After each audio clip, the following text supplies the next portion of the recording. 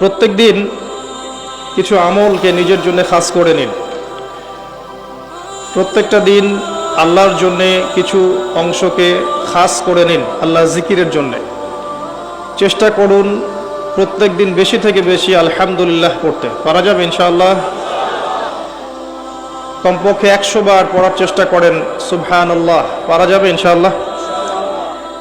100 বার চেষ্টা করেন সুবহানাল্লাহি ওয়া বিহামদিহি, সুবহানাল্লাহি ওয়া বিহামদিহি।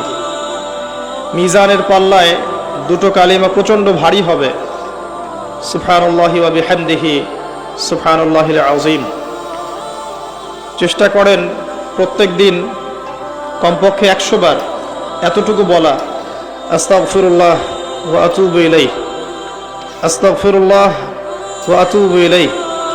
নবী সাল্লাল্লাহু আলাইহি ওয়াসাল্লাম, যার আগের পিছের সমস্ত গুনাহ মাফ, যিনি নিষ্পাপ মানুষ, তিনি দিনে 100 বার আল্লাহর কাছে ইস্তেগফার করতেন। সেখানে আমাদের কতবার পড়া উচিত আমরা নিজেরাই বুঝতে পারছি। কমপক্ষে 100 বার বলতে চেষ্টা করি আস্তাগফিরুল্লাহ ওয়া আতুবু ইলাইহি। এবং সকালে এবং সন্ধ্যায় একবার করে বলার চেষ্টা করি সাইয়্যিদুল ইস্তেগফার। সাইয়্যিদুল ইস্তেগফার কোন বইয়ে পাবেন? আমি রেফার করি একটা বই, হিসনুল মুসলিম। এই বইটার অ্যাপসও পাওয়া যায় প্লে স্টোরে, এখানে পাবেন।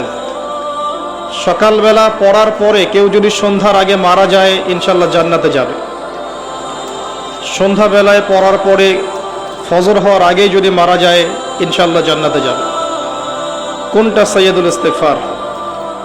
আল্লাহুম্মা আনতা রাব্বি লা ইলাহা ইল্লা আনতা খালাকতানি আনা আবদুক ওয়া আনা আলা আহদিক ওয়া ওয়া'দিকা মাস্তাতা'ত আউযু বিকা মিন শাররি মা সানা'ত আবু'ু লাকা বিনি'মাতিকা আলাইয়া ওয়া আবু'ু বিযানবি ফাগফিরলি ফাইন্নাহু লা ইয়াগফিরু যুনুবা ইল্লা আনতা।